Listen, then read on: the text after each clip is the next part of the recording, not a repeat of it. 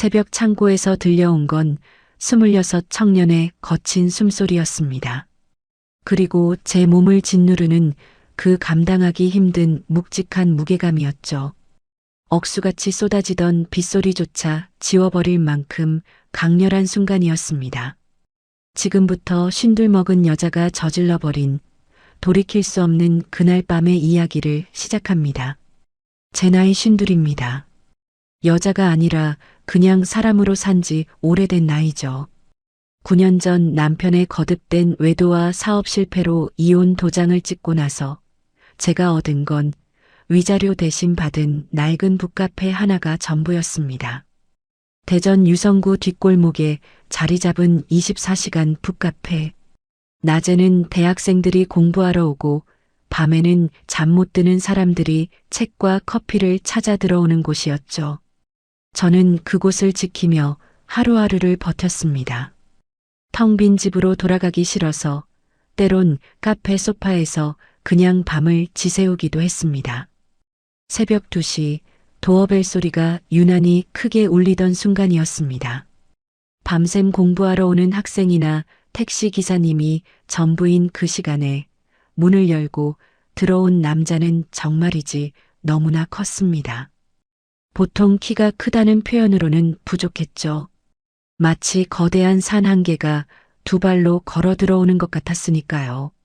어깨가 어찌나 넓은지 출입문 틀이 꽉 차서 뒤에 있는 가로등 불빛이 아예 보이지 않을 정도였습니다. 제 목소리가 저도 모르게 덜덜 떨렸죠.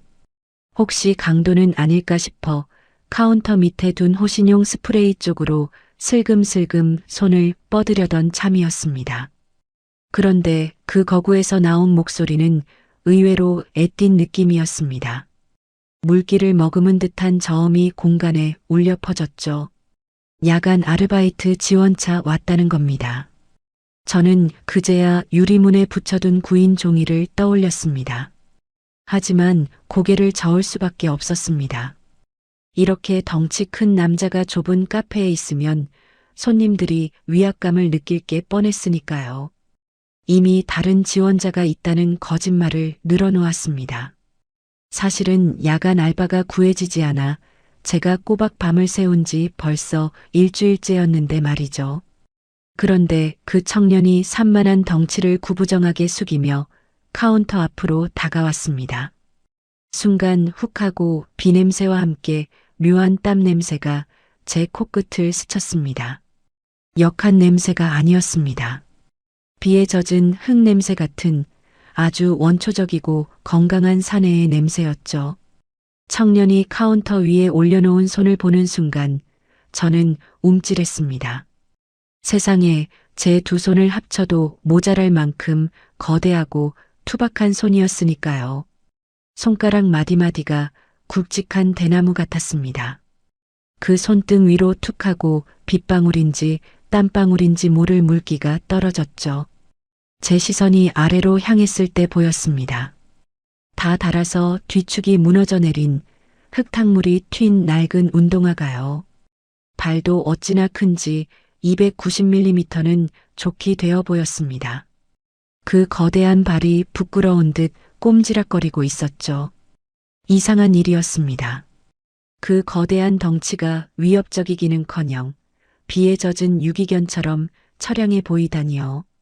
26이라는 나이가 귓가에 맴돌았습니다.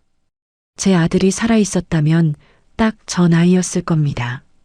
남편과 헤어지고 유산된 아이를 가슴에 묻었던 그 아리고 쓰린 기억이 뜬금없이 그 낡은 운동화 위로 겹쳐졌습니다.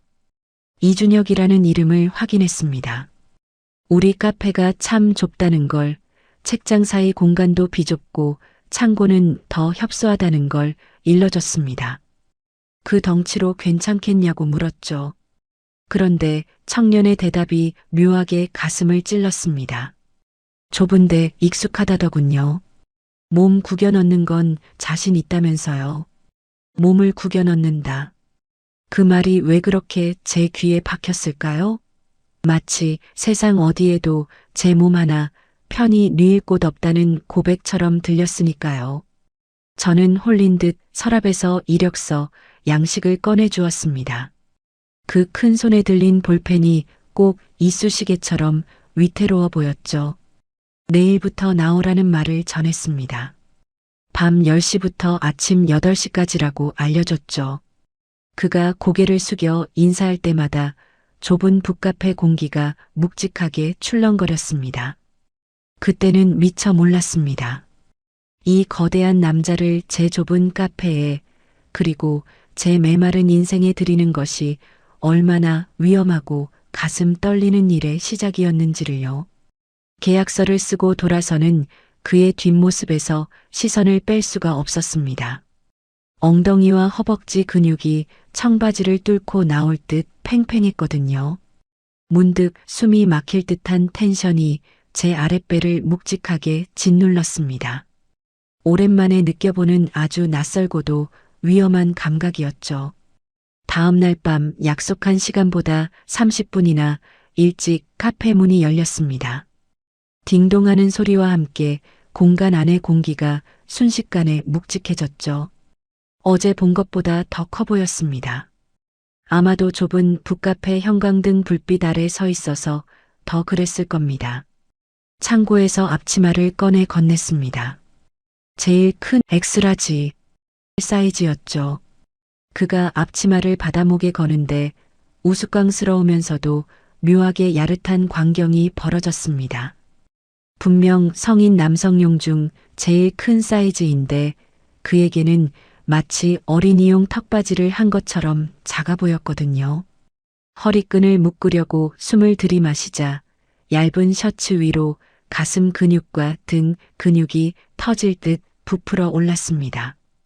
드르륵 앞치마 끈이 힘겹게 묶이는 소리가 정적한 카페 안에 유난히 크게 울렸죠.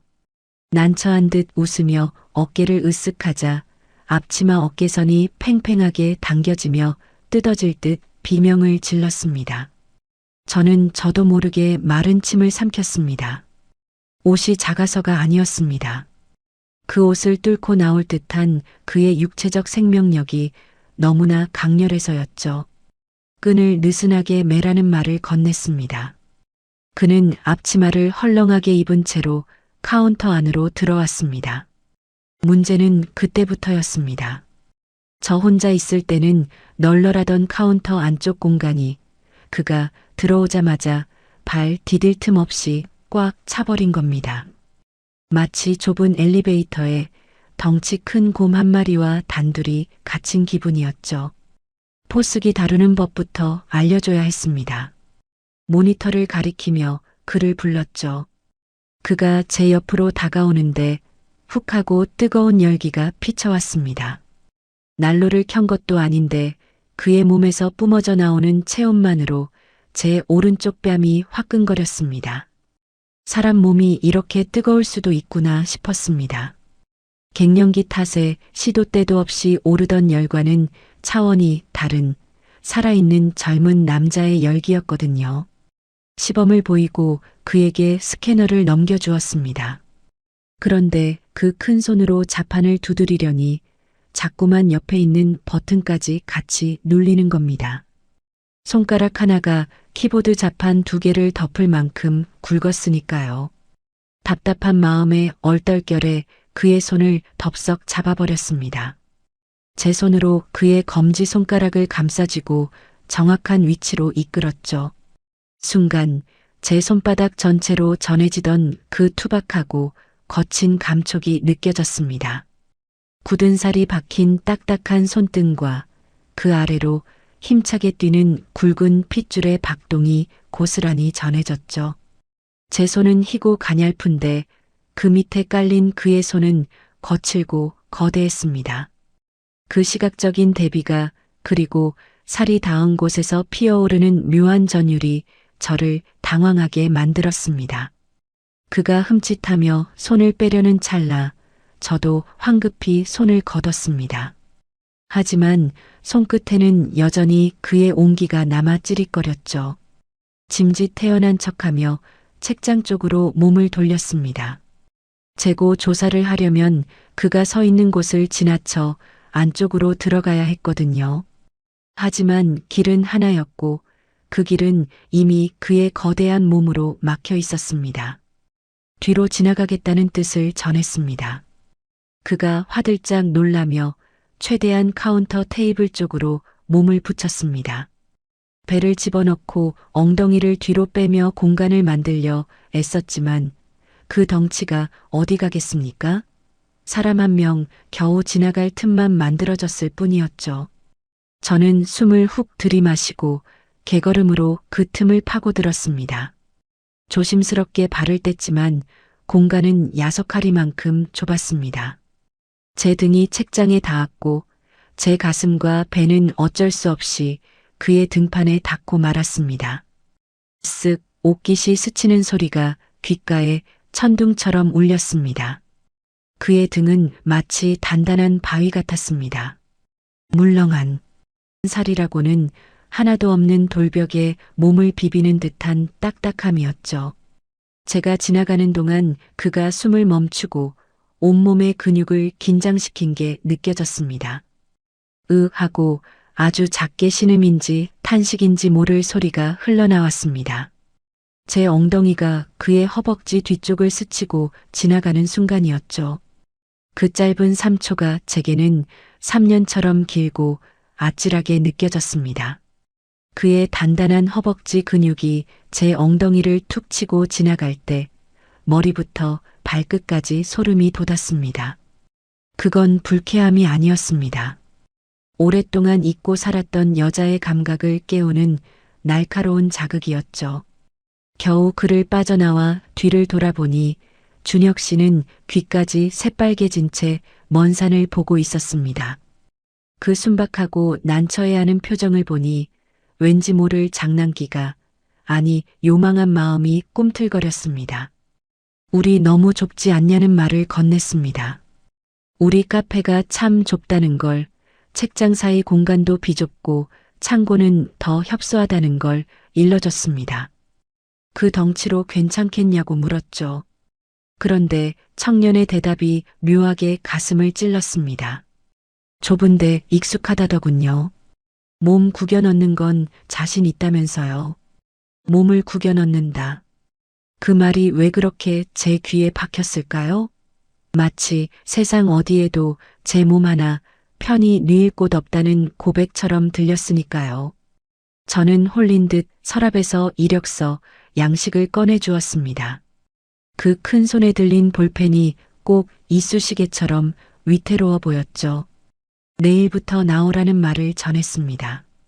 밤 10시부터 아침 8시까지라고 알려줬죠. 그가 고개를 숙여 인사할 때마다 좁은 북카페 공기가 묵직하게 출렁거렸습니다. 그때는 미처 몰랐습니다. 이 거대한 남자를 제 좁은 카페에, 그리고 제 메마른 인생에 들이는 것이 얼마나 위험하고 가슴 떨리는 일의 시작이었는지를요. 계약서를 쓰고 돌아서는 그의 뒷모습에서 시선을 뺄 수가 없었습니다. 엉덩이와 허벅지 근육이 청바지를 뚫고 나올 듯 팽팽했거든요. 문득 숨이 막힐 듯한 텐션이 제 아랫배를 묵직하게 짓눌렀습니다. 오랜만에 느껴보는 아주 낯설고도 위험한 감각이었죠. 다음 날 밤 약속한 시간보다 30분이나 일찍 카페 문이 열렸습니다. 딩동하는 소리와 함께 공간 안의 공기가 순식간에 묵직해졌죠. 어제 본 것보다 더 커 보였습니다. 아마도 좁은 북카페 형광등 불빛 아래 서 있어서 더 그랬을 겁니다. 창고에서 앞치마를 꺼내 건넸습니다. 제일 큰 엑스라지 사이즈였죠. 그가 앞치마를 바다목에 거는데 우스꽝스러우면서도 묘하게 야릇한 광경이 벌어졌습니다. 분명 성인 남성용 중 제일 큰 사이즈인데 그에게는 마치 어린이용 턱바지를 한 것처럼 작아 보였거든요.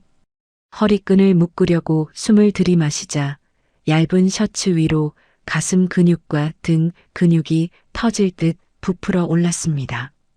드르륵 앞치마 끈이 힘겹게 묶이는 소리가 정적한 카페 안에 유난히 크게 울렸죠.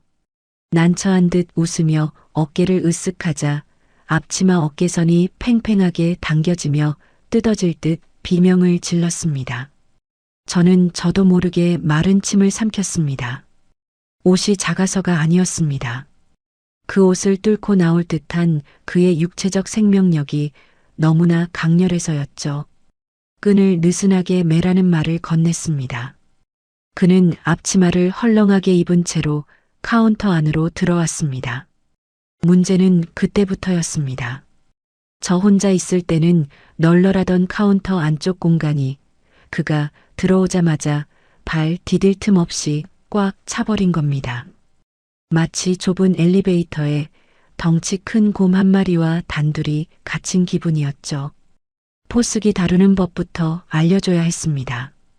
그가 당황하며 자기가 살을 빼겠다는 둥, 죄송하다는 둥 중얼거렸죠. 아니라는 말이 제 입에서 튀어나왔습니다. 살 뺄 거 없다고, 든든하고 좋다고 말해버렸죠. 제가 던진 그 말에 그의 눈동자가 흔들렸습니다. 무슨 뜻으로 한 말인지 저 자신도 알 수 없었습니다. 하지만 그날 밤 저는 카운터에 앉아 있는 내내 제 손바닥을 만지작거렸습니다. 그의 등판에서 느껴지던 그 숨막히는 압박감과 제 손을 삼켜버린 듯 했던 그 큰 손의 온기가 밤새도록 저를 괴롭혔으니까요. 새벽 3시 빗줄기가 다시 굵어지는 소리에 잠에서 깼습니다. 이상하게 밖에 있는 청년이 신경 쓰여 벽에 걸린 낡은 CCTV 모니터를 올려다 보았습니다. 흑백 화면 속 준혁 씨가 유통기한 지난 폐기 샌드위치를 꺼내놓고 있었습니다. 전자레인지에 돌리지도 않은 차갑게 식어버린 빵을 그는 며칠 굶은 맹수처럼 허겁지겁 삼키고 있더군요. 그런데 빵을 삼키던 그의 고개가 툭 하고 떨어지더니 그 태평양같이 넓은 어깨가 들썩이기 시작했습니다. 소리는 들리지 않았지만 알 수 있었습니다. 그 거대한 사내가 아이처럼 울고 있다는 것을요. 저는 홀린 듯 문을 열고 나갔습니다. 인기척에 놀란 그가 샌드위치를 등 뒤로 숨기려 했지만 턱선을 타고 흐르는 굵은 눈물은 감출 수 없었습니다. 190cm가 넘는 거구가 제 앞에서 잔뜩 움츠러든 모습이라니 가슴 한 구석이 욱신거렸습니다.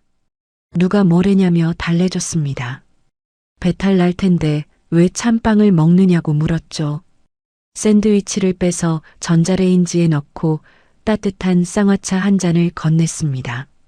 그는 고개를 푹 숙인 채 그 큰 두 손을 무릎 사이에 끼워 넣고 꼼지락거렸습니다. 왜 우느냐는 질문을 던졌습니다. 배가 많이 고팠느냐고요. 그런데 그의 대답이 가슴을 찔렀습니다. 사람들이 자기를 무서워한다는 겁니다. 덩치가 너무 커서 위압감을 준다면서요. 알바도 다 떨어졌다더군요. 자기는 그냥 평범하게 살고 싶은데 제가 자기를 써준 게 너무 감사해서 온다는 겁니다. 물기 젖은 목소리에서 지독한 외로움의 냄새가 났습니다. 이 넓은 세상에 내 편 하나 없다는 절망감이요.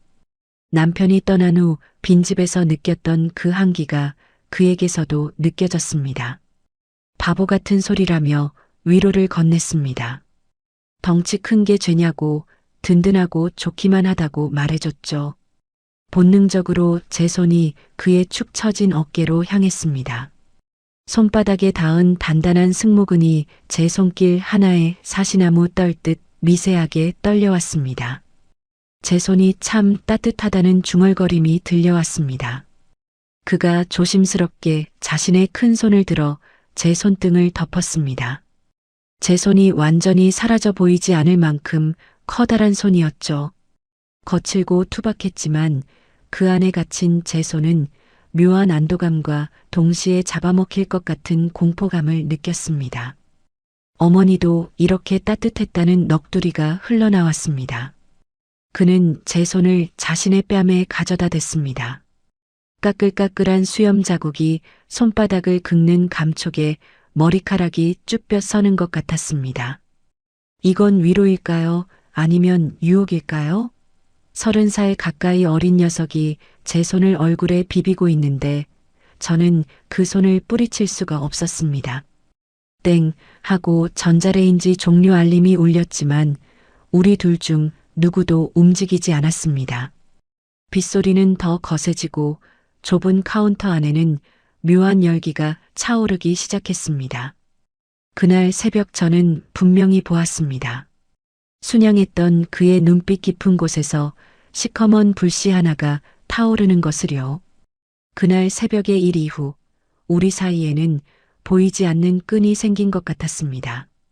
준혁 씨는 저를 보면 수줍게 웃었고 저는 그가 무거운 책박스를 한 손으로 번쩍번쩍 들어올릴 때마다 가슴이 철렁했습니다. 그 무지막지한 힘이 무섭다기보다는 왠지 모르게 든든하고 또 남자로 느껴지기 시작했으니까요. 사단이 난 건 비가 그치고 며칠 뒤였습니다. 책장 진열대 다리가 휘어져서 벌컥거리는 걸 보고 준혁 씨가 고쳐보겠다며 나선 게 화근이었죠. 말릴 새도 없이 그가 진열대 아래로 기어 들어갔습니다. 좁은 틈새에 그 거대한 몸을 구겨 넣고 끙끙하고 힘을 주는 순간이었습니다. 우드득 끔찍한 소음과 함께 책장 진열대 다리가 엿가락처럼 휘어지더니 뚝하고 부러져 버렸습니다. 와르르 쏟아지는 책들. 바닥은 순식간에 난장판이 되었습니다. 당황해서 몸을 일으키다가 이번에는 머리로 선반을 들이받았습니다. 쾅 하는 소리와 함께 위쪽 선반까지 우그러졌죠. 그는 얼굴이 사색이 되어 어쩔 줄을 몰랐습니다. 떨어진 책을 치우려다 그만 손가락까지 베이고 말았죠. 뚝뚝 그의 굵은 손가락에서 붉은 선혈이 바닥으로 떨어졌습니다. 가만히 있으라는 외침이 튀어나왔습니다. 움직이지 말라고요. 달려가 그의 손을 낚아챘습니다. 그는 덩치에 맞지 않게 파들파들 떨고 있었습니다. 피가 나는 손보다 또다시 무언가를 망가뜨렸다는 자책감이 그를 더 괴롭히는 듯 했죠. 자기는 안 되나 보다는 넋두리가 흘러나왔습니다. 손만 대면 다 부서지고 망가진다면서요. 자기 힘을 자기도 감당을 못하겠다고 왜 이렇게 무식하게 생겨 먹었냐고 하소연하더군요. 울먹이며 자신의 머리를 쥐어 뜯으려 했습니다. 급하게 구급상자를 가져와 그의 피 묻은 손을 제 무릎 위에 올렸습니다. 소독약을 바르고 붕대를 감는데 그의 팔뚝 근육이 잔뜩 긴장해서 딱딱하게 굳어 있었습니다. 그 단단한 근육 아래 맥박이 미친 듯이 뛰고 있었죠.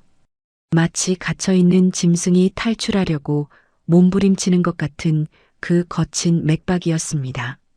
준혁 씨를 불렀습니다. 그가 놀란 눈으로 저를 쳐다보았죠. 힘이 센 건 잘못이 아니라는 말을 건넸습니다. 나쁜 마음을 먹은 것도 아니지 않느냐고요. 그냥 그릇이 너무 커서 그렇다고 이 좁은 카페가 그리고 이 약해 빠진 진열대가 너를 감당 못하는 거라고 말해줬습니다. 괜찮다고 이까짓 것 사람 부르면 그만이라고 그러니까 자신을 그렇게 괴물 보듯 하지 말라고 위로했습니다. 제 눈엔 듬직하기만 하다고 말해줬죠. 붕대를 다 감고 무의식적으로 그의 단단한 팔뚝을 쓸어내렸습니다. 잔뜩 긴장한 근육을 달래주듯이 위에서 아래로 천천히요. 제 손길이 닿을 때마다 그의 굵은 팔뚝에 돋은 핏줄이 꿈틀거렸습니다. 그때였습니다. 그가 충동적으로 제 손목을 덥석 잡았습니다. 아까 진열대를 부러뜨릴 듯했던 그 악력이 제 손목을 부서져라 움켜쥐었습니다. 아팠습니다. 하지만 저는 비명을 지르지 않았습니다. 그 아픔이 오히려 짜릿하게 느껴졌으니까요. 조심하라는 중얼거림이 들려왔습니다. 자기는 진짜 위험한 놈이라면서요. 지금도 보라고 힘 조절이 안 돼서 절 아프게 하고 있는데도 손을 못 놓겠다는 겁니다. 그의 눈빛이 흔들리고 있었습니다. 제 손목을 쥔 그의 손이 덜덜 떨렸죠. 놓아주고 싶지만 놓아주기 싫은 이성을 잃어가는 남자의 눈빛이었습니다. 카운터 뒤 좁은 공간, 쏟아진 책과 먼지 냄새가 진동하는 그곳에서 우리 둘의 숨소리가 거칠게 섞이기 시작했습니다. 아프게 해도 된다는 말이 제 입에서 튀어나왔습니다. 내가 견딜 수 있다면요. 제가 미친 척 내뱉은 그 한마디에 그의 동공이 지진이라도 난 듯 흔들렸습니다. 금방이라도 저를 집어삼킬 듯 다가오는 그의 거대한 그림자가 제 위로 드리워졌습니다. 하지만 그 순간 딩동 도어벨이 울리며 손님이 들어왔습니다. 우리는 감전된 사람처럼 황급히 떨어졌습니다. 그날 밤 저는 집에 돌아와서도 손목에 남은 그의 붉은 손자국을 한참이나 어루만졌습니다. 화끈거리는 손목보다 더 뜨거운 것이 제 가슴 속에서 요동치고 있었습니다. 그는 자기가 감당이 안 된다 했지만 정작 감당이 안 되는 건 그를 향해 걷잡을 수 없이 커져버린 제 마음이었습니다.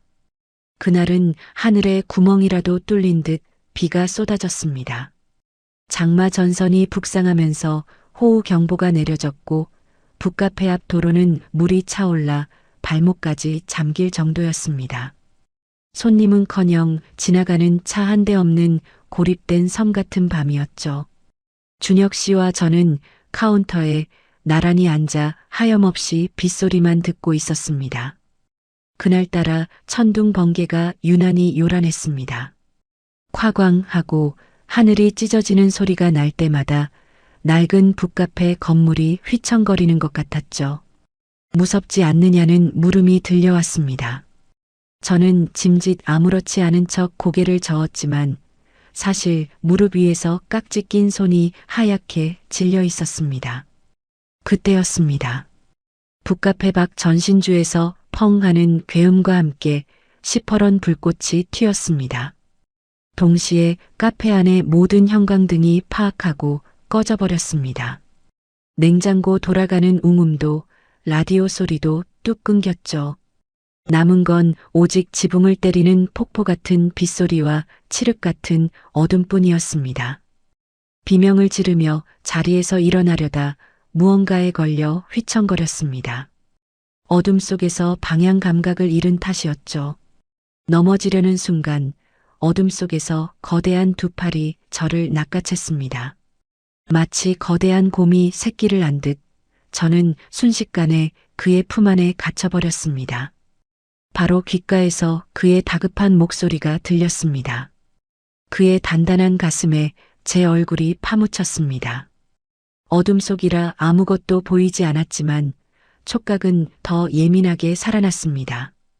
그의 셔츠 너머로 전해지는 뜨거운 체온, 쿵쿵거리며 빠르게 뛰는 심장 박동, 그리고 위에서 아래로 쏟아지는 그의 거친 숨결이요. 그의 몸은 난로처럼 뜨거웠습니다. 비에 젖은 흙 냄새와 남자의 살 냄새가 훅하고 제 코를 찔렀습니다. 놓아달라는 부탁이 떨리는 목소리로 흘러나왔습니다. 하지만 그는 저를 놓아주지 않았습니다. 오히려 제 허리를 감은 그 굵은 팔에 더 강한 힘이 들어갔습니다. 마치 이 어둠을 틈타 오랫동안 참아왔던 욕망을 터뜨리려는 사람처럼 말이죠. 못 놓겠다는 속삭임이 들려왔습니다. 지금 놓으면 제가 다칠 것 같다고, 아니 자기가 미쳐버릴 것 같다는 겁니다. 번쩍하고 창밖에서 번개가 쳤습니다. 그 짧은 순간 저는 보았습니다. 어둠 속에서 번들거리는 그의 눈빛을요. 그것은 알바생이 사장을 보는 눈빛이 아니었습니다. 굶주린 짐승이 먹잇감을 앞에 두고 참을까 삼킬까를 고민하는 갈등의 눈빛이었죠.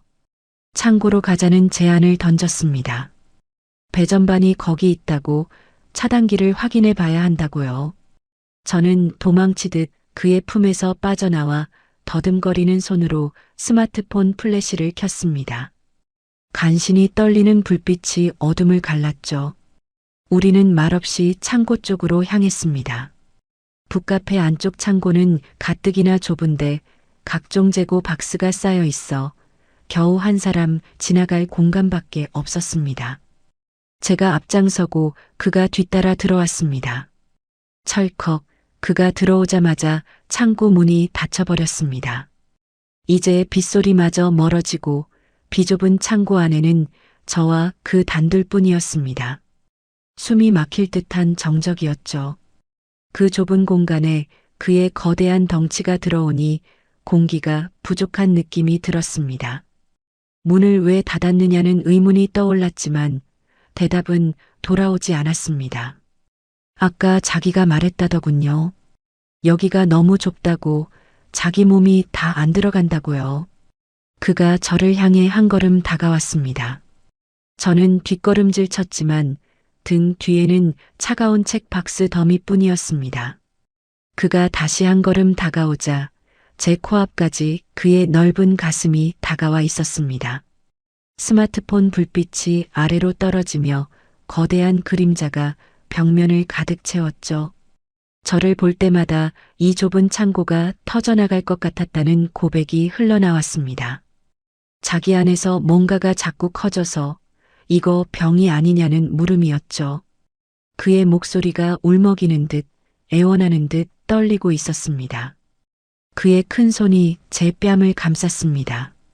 투박하고 거친 손바닥이었지만 그 온기만큼은 데일 듯이 뜨거웠습니다. 이성을 차려야 한다고 머리로는 생각했지만 제 몸은 이미 그에게 반응하고 있었습니다. 외로움이요. 저를 쭉쭉 빨아먹던 그 지독한 외로움이 그의 뜨거운 체온 앞에서 눈 녹듯 사라지고 있었습니다. 후회하지 않겠느냐는 질문을 던졌습니다. 나는 늙은 여자라고요. 상관없다는 대답이 돌아왔습니다. 지금 자기 눈엔 저밖에 안 보인다면서요. 제발 자기를 받아달라고, 자기를 좀 살려달라는 애원이었습니다. 그의 입술이 제 목덜미에 닿는 순간 저는 눈을 감았습니다. 그의 말대로 그가 저를 짓누르는 이 무거운 압박감이 저를 죽이는 것이 아니라 살리고 있다는 걸 깨달았으니까요. 어둠 속에서 옥깃이 스치는 소리가 빗소리보다 더 크게 울려 퍼졌습니다. 그날 밤 좁은 창고는 세상 그 어떤 곳보다 뜨거웠고 위험했습니다. 그날 밤의 기억은 뜨거운 수증기처럼 흐릿합니다. 분명한 것은 창고 밖에서는 세상이 떠내려갈 듯 폭우가 쏟아졌지만 제 귀에는 오직 저와 그 아이의 거친 숨소리밖에 들리지 않았다는 사실입니다. 제가 52, 그 아이가 26이라는 세월의 간격은 서로의 체온이 닿는 순간 아무런 의미가 없어졌습니다. 그 좁은 창고 바닥, 차가운 타일의 냉기도 느껴지지 않을 만큼 우리는 뜨거웠습니다. 그는 서툴렀지만 간절했고 투박했지만 거짓이 없었습니다. 마치 평생을 굶주린 사람처럼 저를 갈구했고 저 역시 메마른 장작처럼 그의 불꽃을 온몸으로 받아들였습니다. 천천히 하라는 말이, 괜찮다는 말이 제 입에서 새어나왔습니다. 그게 그를 진정시키려는 것이었을까요? 아니면 이 순간이 끝나지 않기를 바라는 애원이었을까요? 그의 거대한 몸이 저를 덮쳐올 때마다 숨이 턱 막혔지만 저는 그 압박감이 싫지 않았습니다. 오히려 누군가 나를 이토록 강렬하게 원한다는 사실이 죽어있던 제 세포 하나하나를 깨우는 것 같았죠. 그의 땀방울이 제 쇄골 위로 떨어질 때 저는 비로소 제가 여자라는 사실을 다시금 깨달았습니다. 미안하다는 중얼거림이 어둠 속에서 흘러나왔습니다. 자기가 미쳤나 보다면서요. 멈출 수가 없다고 하더군요. 그가 제 어깨에 얼굴을 묻으며 울먹였습니다. 그것은 쾌락의 고백이 아니라 참회와 고통의 고백처럼 들렸습니다. 저는 땀에 젖은 그의 등판을 힘껏 끌어안았습니다. 그 단단하고 넓은 등 근육이 제 팔 안에서 파도처럼 요동쳤죠. 미치면 좀 어떠냐는 말을 건넸습니다. 오늘 밤은 아무 생각하지 말라고, 그냥 너와 나, 여기엔 우리 둘뿐이라고요. 제 말이 그의 마지막 이성을 무너뜨린 걸까요? 그는 곧 풀린 망아지처럼, 아니 상처 입은 짐승처럼 제 품을 파고들었습니다. 우리는 마치 내일이 오지 않을 것처럼 서로의 외로움을 확인했습니다. 뜨거운 체온으로, 거친 숨결로, 떨리는 손길로요. 얼마나 시간이 흘렀을까요? 팡 하고 눈부신 빛이 창고 안으로 쏟아졌습니다. 정전이 복구된 것이었죠. 형광등 불빛 아래 드러난 우리의 모습은 부끄러울 만큼 적나라했습니다.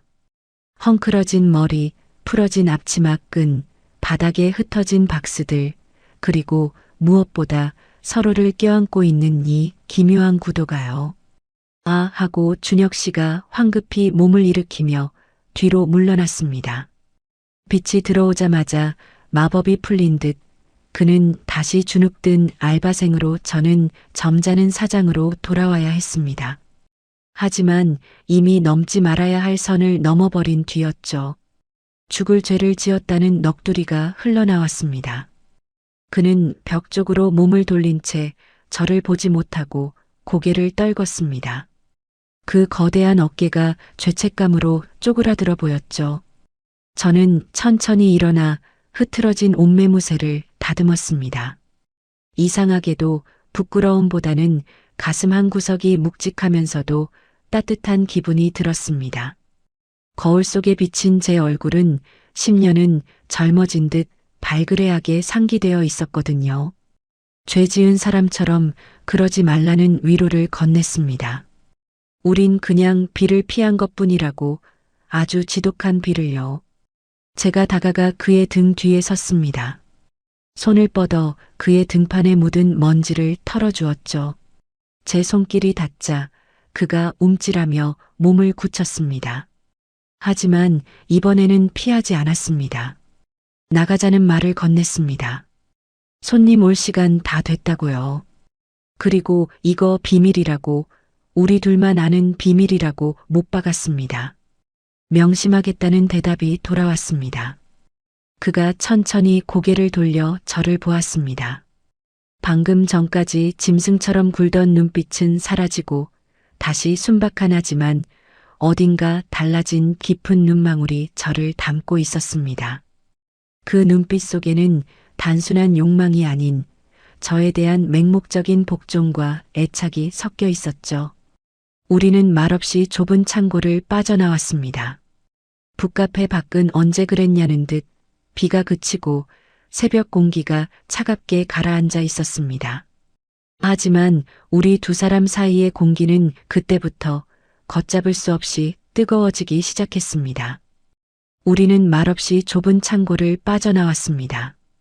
북카페 밖은 언제 그랬냐는 듯 비가 그치고 새벽 공기가 차갑게 가라앉아 있었습니다. 하지만 우리 두 사람 사이의 공기는 그때부터 걷잡을 수 없이 뜨거워지기 시작했습니다. 그날 이후 우리의 관계는 돌이킬 수 없는 강을 건너버렸습니다. 52의 여자와 26의 청년 사이에 핀 이 위험한 꽃이 어떻게 필까요? 다음 이야기가 궁금하시다면 구독과 좋아요, 알림 설정 꼭 부탁드립니다. 여러분은 지금 어디에서 이 이야기를 들으고 계신가요? 댓글로 시청 지역을 남겨주시면 큰 힘이 됩니다. 건강한 노후 생활과 함께 오늘도 활기찬 하루 보내시길 바랍니다. 감사합니다.